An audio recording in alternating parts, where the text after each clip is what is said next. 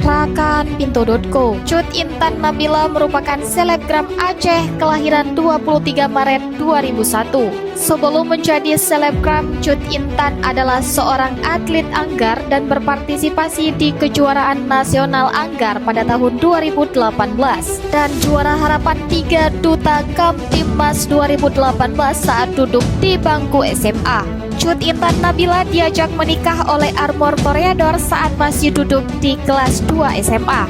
Namun saat itu Cut Intan menolak ajakan tersebut karena masih duduk di bangku sekolah. Setelah lulus SMA tahun 2019, dia memutuskan untuk menikah dengan Armor Toreador.